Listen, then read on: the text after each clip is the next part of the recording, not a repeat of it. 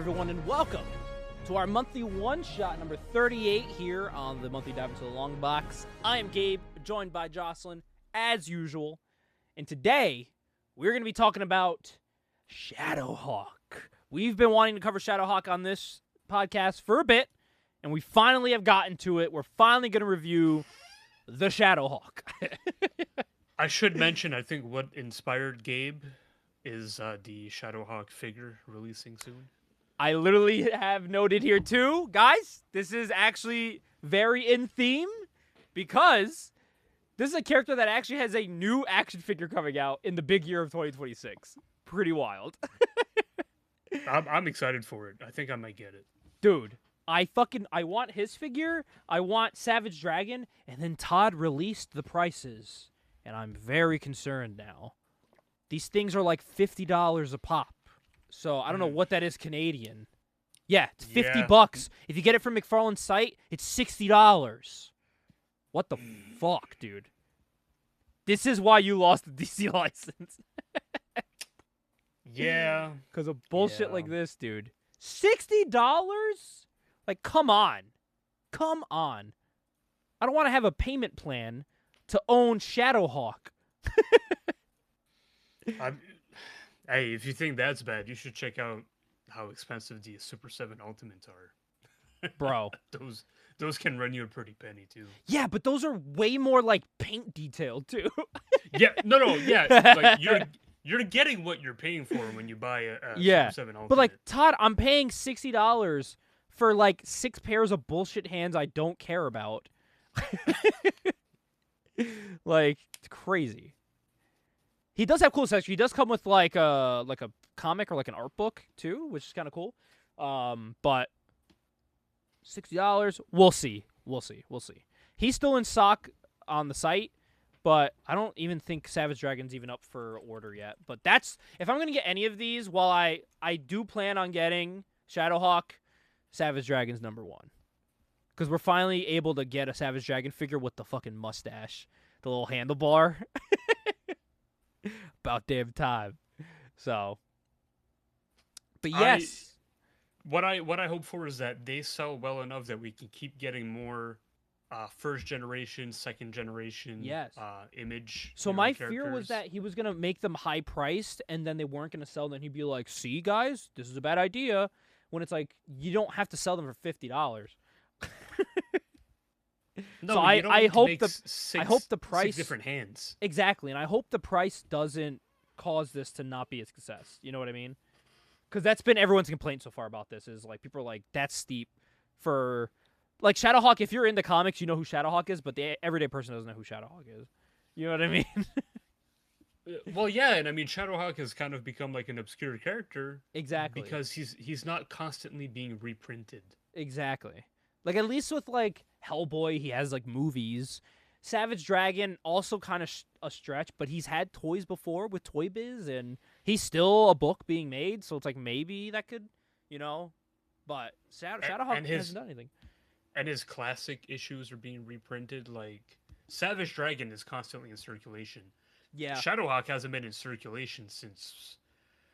My God, the early 2010s. Well, what gets me excited is that, like, we have a Shadowhawk figure and we have a Savage Dragon figure coming. At the same time, we have Invincible figures coming. So it's like, oh, man, I could have almost all the heroes from, like, the funeral scene in Invincible. Like, yeah. Sounds cool with me. Yeah, you're right. Because it's only matter. And he's also obviously making Spawn from issue 1. So you can have Spawn there. So, yeah, you just need, like, Super Patriot and things like that, which I don't know if he'll do, but that'd Todd, be give us a Super Patriot, Todd. Todd, get to work. You love your, like, weird fucking mechanical pieces. Do Super Patriot. Come on. What are we doing? Do Super Patriot. Do Witchblade. Do Darkness. No, he's not going to do Witchblade because he, like, hates making woman figures. He does. I don't know why. So he's gonna be like, Witchblade. You think the boys are gonna be here looking for a Witchblade? Like, no, yeah. They're gonna be here looking for spawns. your Todd cracks me up. Oh man, but here, and give us a Cyberforce too. Yeah, something. Give us that. Anything. So we're going to start off this book here. We're in Soho. We're starting off in good old New York. A really rough part of New York, too, by the way, especially in the period of 1992. We see a homeless man. Can I be honest? Can I be honest Yeah? with you, Gabe? The only reason why I know Soho as like a district, as a neighborhood. Destination unknown. No, actually. Really? It's actually because there's a level in the Warriors video game that you play in Soho. Really? It's the level where you go up against the hi-hats, which are the mimes, the gang of mimes. And you have to like it's like a graffiti contest. So but it's like a king of the hill at the same time. So you're constantly beating up these gangs, but you have to like throw up your like graffiti tag at the same time. It's a really fun level in the game.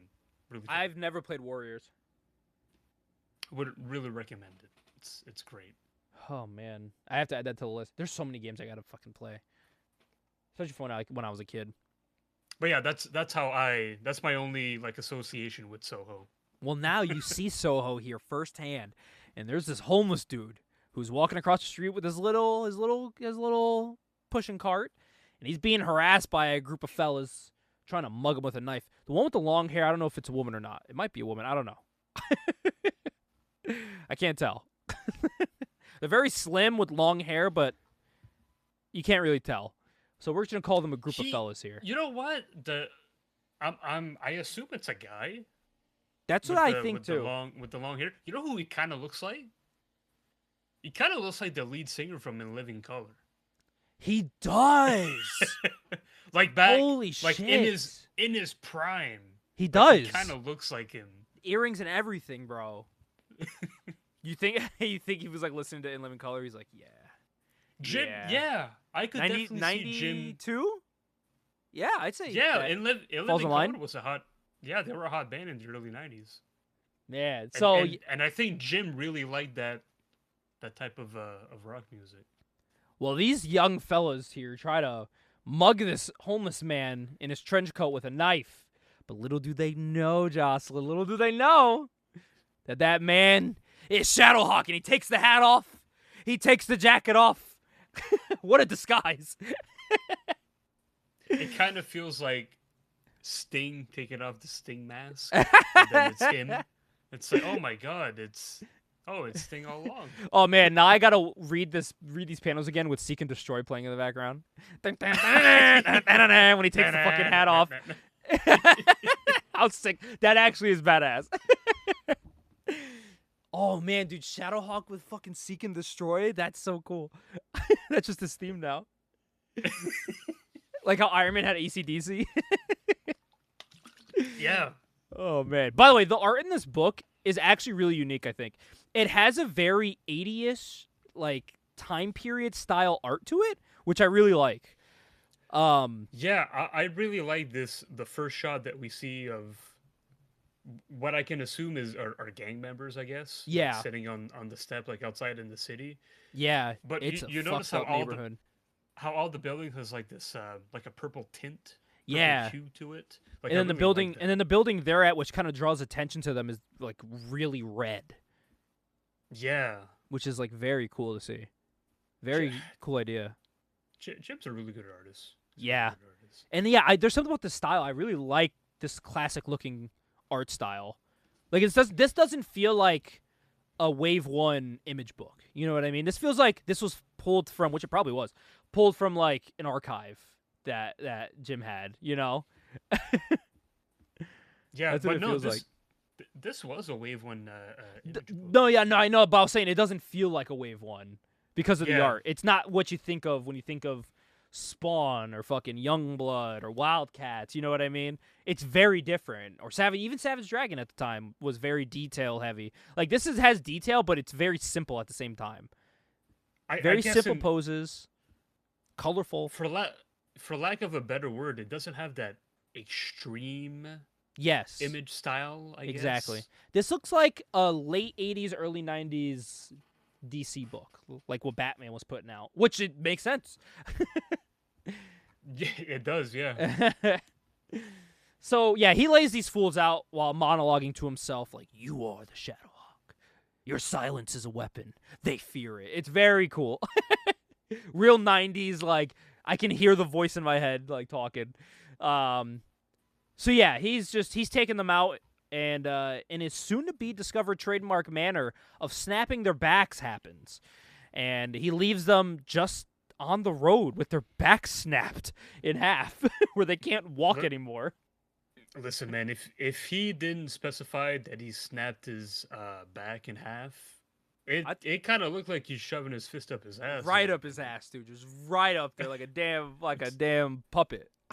It's a very unfortunate angle. Yeah.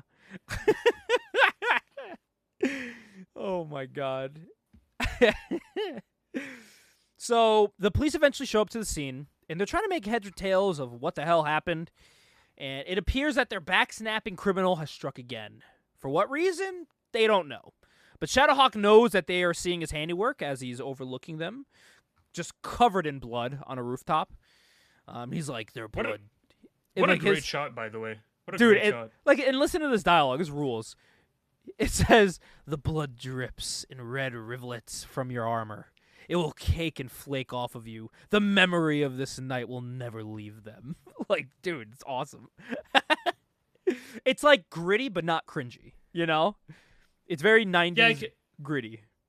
It kind of toes that line. Yeah, it does.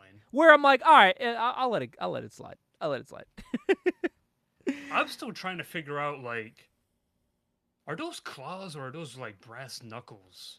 They look like claws, but they don't stick out. They go up. So like if he was to punch, they kind of look like, you know, like in Japan what those what the ninjas would have to climb up walls. They look like that, but on your knuckles, almost. But so that's the thing is like, how is he not impaling these guys every time he's punching them? I don't know. It doesn't seem making a good point there, officer. I don't know. Like the one guy that he breaks his back, like before that, he punches him, and you see a bunch of blood like flying out of his mouth. Yeah, but and he's obviously covered in like tons of blood, so like they're doing some sort of damage. Yeah, but it doesn't look like he's cutting them, even though he's got claws on his. Yeah, I don't know. I don't get it. By the way, I mean it's this is also the elephant in the room, but his mask is 100% Wolverine. It does, yes, like the shape of it, absolutely. Yeah. So, at this point here, Captain Frakes is talking to Detective Reeves, and he's telling Reeves to get his ass to Harlem, get in touch with Detective Jax, get your asses to Harlem, and figure out what the fuck's going on because there is fires happening. Shit is going down in Harlem right now. And it's all because of this mastermind named Arson. Arson does look like a Wave 1 Image Comics villain. Like, dude. This guy, I'm surprised his character wasn't in Youngblood, #1. Metal tubes, big guns, straps everywhere. I gotta say it, Gabe. Arson is fucking lame. Like, he's a really lame villain. He just walks around and sets shit on fire, and then it's just like, all right, and then leaves. He's a really lame. My work here is done. I don't like the character design. I'm not a fan of it. I think the character design is so great that it's overcompensating. Really, I don't like the character design at all. But listen, while he is a villain, he's a villain with morals, okay? Arson's not a psychopath. Yeah, he'll kill a large amount of people while setting their homes ablaze, but he would never kill a dog, all right? He's not a maniac. So he sees a dog in this building, and he's like, well, let's make sure you stay alive. So he takes the dog, and he saves the dog from the building he has set to burn. Meanwhile, the dwellers of this burned building are looking in horror from the outside as they tell us that this is the third time this has happened this week, which blows my mind. There's like no sort of precautions after the second time. First time I get. Second time, though, all right. Third time, come on now. At least get Gabe, some, like, cor- flame-resistant fucking curtains or something. correct me if I'm wrong. They don't even mention what the building is. Is it a apartment complex? Because there's a lot of people outside just like staring at this burning. So I just figured it was an apartment complex because there was a dog in there. I And kind of then figured they're all too. just like, I don't think there'd be that much people standing around a fire of a burning building if it didn't mean something. You know what I mean? Yeah, but that's just what I find strange is that they don't mention it. Yeah, It's they just a don't. They burning don't. building. They don't at all. So down on the ground, though, the two people that are talking are Hojo and Paul Johnstone, a former DA of New York. And Hojo is like a junkie who sells bootleg shit and scams people on the street for money to fund his addictions. And they're on the ground kind of arguing about Hojo's scamming and, you know, the morals of that. And then as they're arguing about that, you see a little cameo here of Shaft from Youngblood. Yes, you sure do, and yeah, it's him, and they make it pretty obvious that it's him. What are the odds this came out before Youngblood #1? That it came out before Youngblood #1? Oh no, Youngblood #1 was the first book that came out for Image, right? Yeah. Okay. I was like, how funny would it be if the first appearance of Youngblood or of Shaft wasn't even in Youngblood? Actually, the first appearance of Shadowhawk isn't even in Shadowhawk #1. What's his in? I believe it was in a Youngblood comic. Let me see. Shadowhawk first appearance. Yes. Oh, Youngblood #2. There you go. Part of a 4-page teaser. There's actually a few Image characters where their first appearances were in Youngblood. Because it was the first comic, right? So. Yes. So why not take advantage of it? Yeah, exactly. And it sold the shit ton. So we're staying in New York here, but we're going to head over to Washington Heights. In the Heights. This is where actually in real life a lot of my people, a lot of Puerto Rican people go to the Heights in New York. An old little grandma is walking down the street reminiscing about her boys growing up and how this used to be a good neighborhood and now it's all gone to shit because her boy was sadly murdered here when the town started going real bad. And as she's talking about how bad this town is, you cue up the fucking scumbags that try to mug an old lady. She's also completely in denial that her kid was in a gang. She's also kind of a badass. These dudes are like, hey, little bitch, I'm going to take your money. And she's like, fuck you. And like, she just beats the shit out of one of them. Yeah, she goes, you guys are not going to sell that fucking crack on my street. I'm going to beat the shit out of you. Yeah, and then he lunges at her, this criminal lunges at her. And as he does, Shadowhawk shows up. And he puts the boots to this kid, kicks him right in the jaw, hits him with a little thock right to the face with his forearm gauntlet. He tells the lady to get out of there. And then, you know, after he swoops in, his metal-plated armor is actually bulletproof that he's wearing because a guy shoots him and he says straight up, I'm bulletproof. You have a plate in your chest that will reflect these bullets. And before he can flee the scene, while he's still kind of fighting these guys, the cops are actually called to his location. Like, while he's still actively beating the shit out of these guys, the cops show up. And this is where we learn that Shadowhawk actually has a rule, and he doesn't beat up police. He kind of draws a line there. He doesn't want to harm them, which is explained a little more later on in the story. Not in this story, but in the other books. Mm-hmm. Now, while this is going on here, we're going to go over to a local newspaper here. And we're going to see a woman called, what is her name here? Jamie, not Antoinette, but Anthonette. With an H. Very interesting. Yes. Yeah, name choice. Jamie Anthonette. She's complaining to her boss, Eddie, and she is pissed at Eddie. And she's like, yo, Eddie, I want to get the scoop on this fucking back-breaking dude. And Eddie's being a dick. Eddie's like, hey, Jamie, cut it out. You're pissing me off. If you keep this up, you're fired. I'm gonna let you off of these stories. And she doesn't like that her job is being threatened. So she's like, basically like, fuck you, Eddie, I'm leaving. And she slams the door and leaves Eddie high and dry after he threatened her future at the newspaper. Probably not intentional, Gabe. Eddie kind of looks like Fat Man from Jake and the Fat Man. He does. I'm dating myself with that. Yeah, that you reference, old but idiot. it's like a 70s cop show. Dude, wait till we're older and we're like, yo, y'all remember Elmo? We're dating ourselves. Yeah. Oh, fuck, we're dating ourselves, man. Oh, fuck, man, dude. Yo, you guys remember Jackass? Oh, dude, we're dating ourselves. Shit. We're already getting there. I just want to say this so far about like the police, I guess, drama or the police procedures like in Shadowhawk. Sam and Twitch, this is not. Like, none of the characters so far, and I mean, I haven't read like 20 issues or 30 issues of Shadowhawk, so maybe it gets, maybe those characters develop more. But Sam and Twitch to me, like from the get go, easily identifiable. You knew what their personalities were. They were memorable. I don't get that vibe right now from like the police crew of Shadowhawk. Yeah. I just don't get that vibe right. Like no, far. I definitely do not.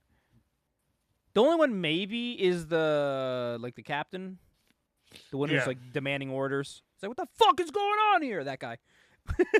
That's the vibe I get from like their captain. So now we're introduced to a new beautiful brunette woman. She is a crime boss who goes by the name of Max Bold with 2 D's at the end. Them double D's she got at the end there. You know what I'm saying? Type it's shit. Very bold. Or she just goes by Miss Bold. That's Miss Bold to you, Jocelyn. And she's greeted by Arson, actually, who shows up at her location. Very much uninvited. She is very confused by this, of course. And she's like, listen, I didn't tell you to come back here. You needed to get out of here after your little string of fires that you set out. And without a care in the world, he's kind of being a prick to her. And he's basically like, yeah, I don't give a fuck. I came here to see the beautiful eyes of Vendetta one last time. And he kisses her hand, and he walks away, leaving her a little shook, actually, she actually looks a little nervous. And she's like, yeah, Arson needs to pay for this. Max Bold, by the way, has the same haircut that your mom and my mom had when they graduated high school. Absolutely. I actually have a picture of my mom with this hair, dude. Which is why I'm like not even kidding. Dude, she had this hair, bro. A lot of hairspray, a lot of volume. So now back to Shadowhawk here. How is he going to finish the standoff with the police? Well, while he's still going at it with them, he's trying his best to disarm them in like a safe manner. How do you do that, of course? Shurikens!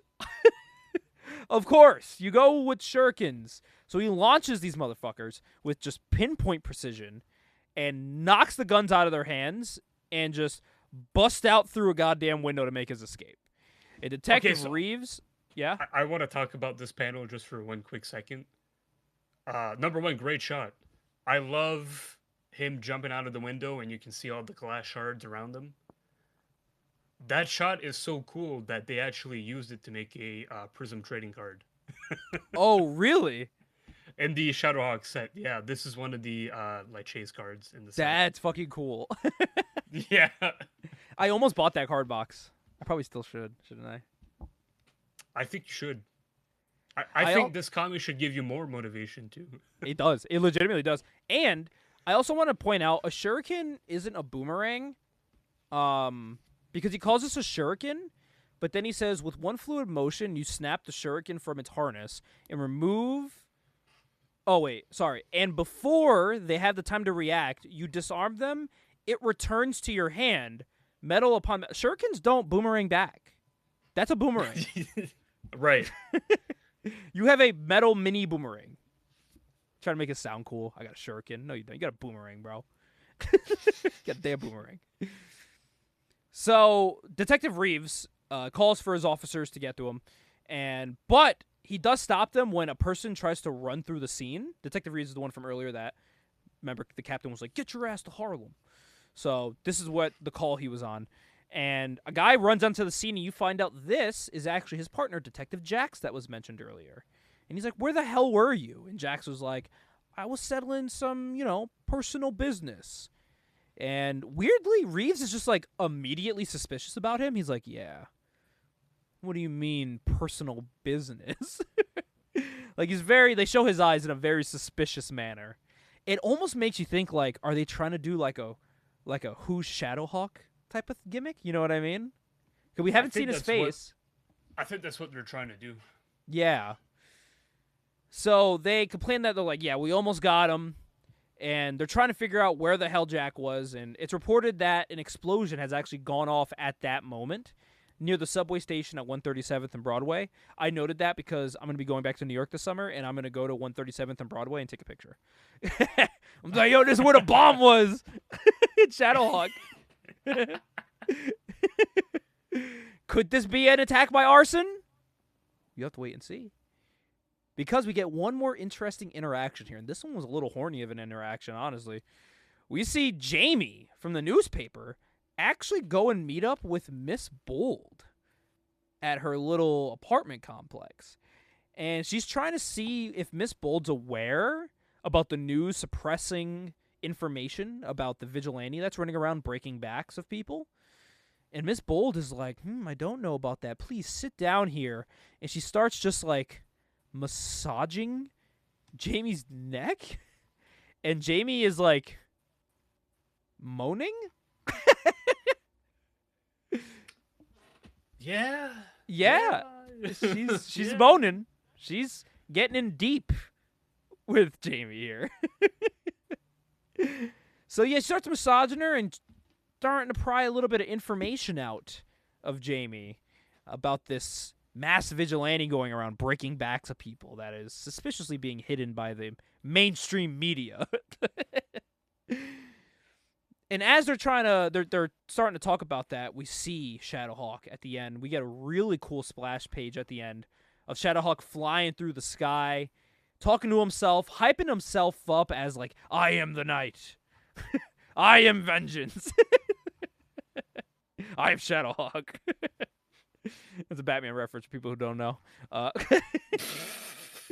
he's hyping himself up. And what's he hyping himself up for? Well, of course, what's advertised in the next issue?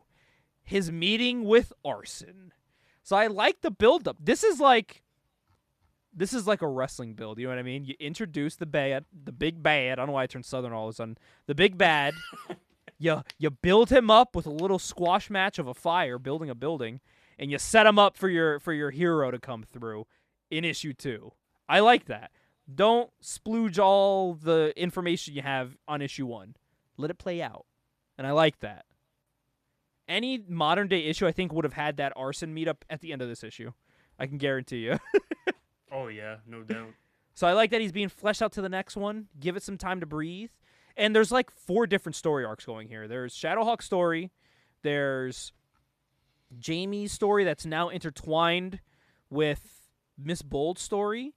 There is the detective story, which is the 4th, on them solving crimes and how do they play in with Shadowhawk. Who knows? They're kind of like outliers in this situation. Let's see how they interact with the hero down the line. But besides that, I like Shadowhawk #1. This is a nice little action-packed comic. It set up a lot. It set up a lot of questions. It answered none. But I think that's done on purpose. What do you think? Yeah, I would have to agree with that. I think the art carried the book pretty hard. Yeah. And that's not to say that I thought like the writing was bad. I thought the writing was fine for the most part. Not amazing, but it was fine for the most part. But like the action was good. I really like the way that Jim Valentino draws New York City. It looks very his cityscapes are grimy and disgusting. Even that, if you look at that splash page at the end, it looks beautiful. It's not only Batman-esque, it's very Daredevil-esque too. Yeah. Like that is a Daredevil panel if I've ever seen one. So when I say stuff like I feel like the art carried the book pretty hard. I don't really mean that as an insult because it still kept my attention. You know Yeah. what I mean? And I can appreciate, I suppose, like the world building that they're trying to do in issue 1. I got the same vibes from Shadowhawk #1 that I got from Bloodshot #1, where it gave you the action, it gave you the hero, but it set up a lot of questions that you don't have answers to, and the premise is because you need to keep reading to get those answers. I think Bloodshot #1, man, that was really good. Yeah. Like Shadowhawk #1 is good, but there was Bloodshot. something about Bloodshot #1 that was really. It's a sleeper. Good. It's a sleeper book. I think what made it so good was the chase scene on top of the train, right? Yep. Yeah, That was a lot of fun. The whole airport scene in Bloodshot was cool too.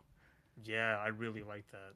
So, but Shadowhawk, I think Shadowhawk is a contender for definitely like a continuation book for sure. This is definitely one that like I would keep reading this, even like off podcast. I would keep reading this, just because it's a cool looking character. He has cool like they set everything up. He's fighting bad guys. He's fighting crime. He has morals. He has limits. He's not just like a blind killer. He's not really killing people. He's just paralyzing them horribly. He breaks his fucking back. But I mean, it's better than just letting them go like Batman does. Yeah, just put him in a wheelchair. This Shadowhawk is moving like an Arkham City Batman. Just completely just destroying like all the goons in the city. It's crazy too, cause like, bro, that armor has to be heavy. It has to be. It's bulletproof, metal-plated armor.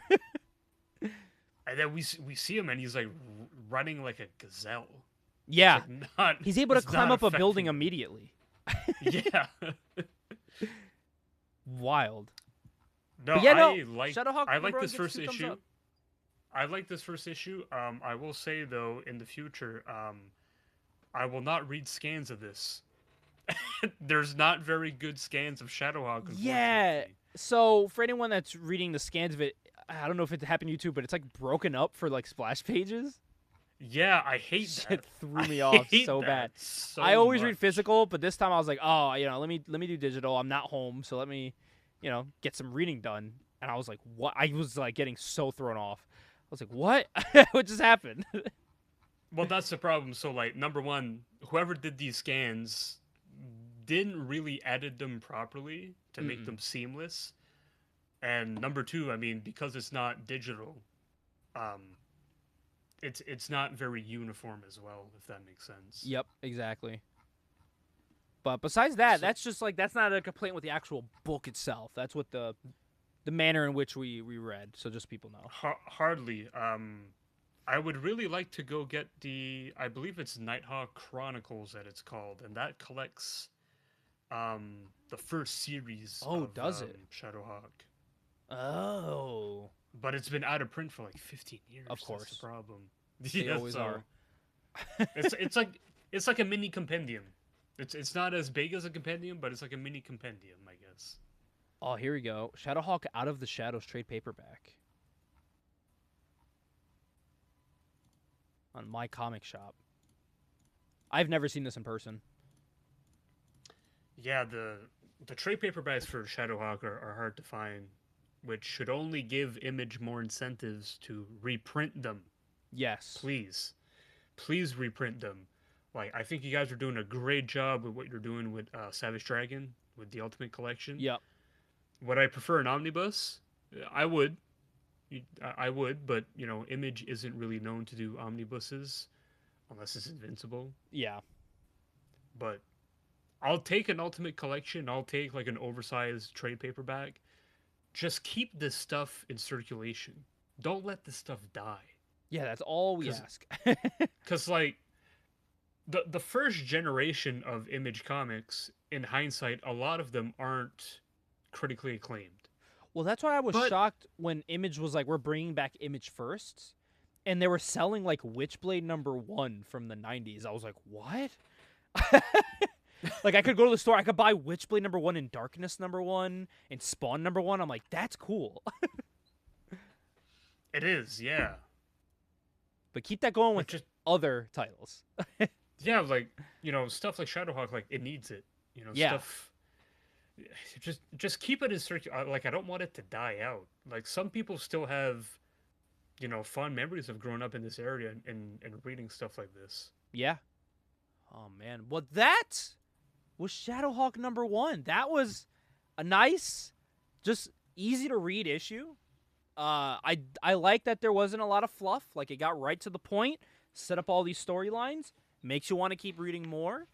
The next time we're here for a one shot, it'll be a cut and dry beginning and end story because we will be reading, because we're keeping the theme of weddings. We will be reading the marriage of Peter Parker and Mary Jane. The iconic wedding that will never be ruined, right? Is Spider-Man a new Spider-Verse variant? Yo, don't give them any ideas. You know they'll do don't it. Steal it. Don't steal it. Don't steal it. Until then, we'll see you guys in the next one. Peace.